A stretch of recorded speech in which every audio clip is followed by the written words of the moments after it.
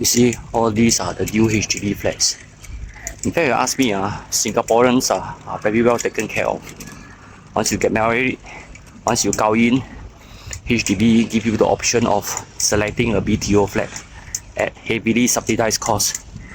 And all these flats upon MOP, all very hot. The most hot is 2-room flat. Because 2-room flat on onset, HDB sell you very cheap. And today you ask me, a 2-room flat in typical Punggol town, or 2-room flat are those 1 room 1 hall 99 years. They are easily selling for 350,000 and above. You call it crazy? Yeah, I also think so. By the way, most of them bought from government, I think only 100 over 1,000. So you can see, more than double at HDB built. Very good, very well planned town. If you ask me, they are so much better than private condos. Because after all, this is public housing. You can see the space they offer. Because this kind of pavilion, you see, anytime you can come here, don't need to pay for booking, don't need to go and meddle with the MCST, go through app, don't need lah. People want free and easy, you see, and yet it's so windy here. Look at the HDB flats here, fitness corner, playground, everything, basement car park, you see, so good. Right in front is the sea, street of Johor, so good. That's why I say HDB has done a fantastic job in building public flats for Singaporeans.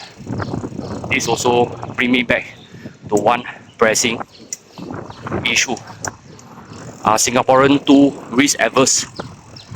Because since HDB are building all these HDB flats, they will ask me are almost risk free. There's basically no risk, zero risk if you ask me. So for such owners that buy such flats, they are very contented. So does it also means that as Singaporeans ourselves, they are also very risk averse, don't dare to take on any more risk. A good example is yesterday I was at NUS U-Town. I was doing some reading there, and I can see foreign students, especially the Chinese, they are diligently discussing about work, about job prospect in Singapore, talking about entrepreneurship, talking about business. So it was very, I would say, it was very eye-opening and very encouraging to see the young and dynamic energy the foreign students have.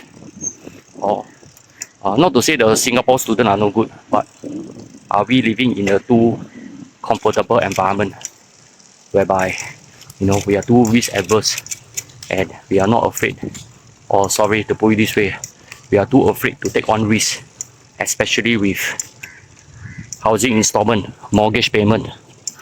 For those that buy HDB flats, I think it's still very manageable, especially if you buy BTO flats. But if you are buying a private condominium today, they are easily cost you 1.2 to 1.4. 3-bedder today easily 2 million.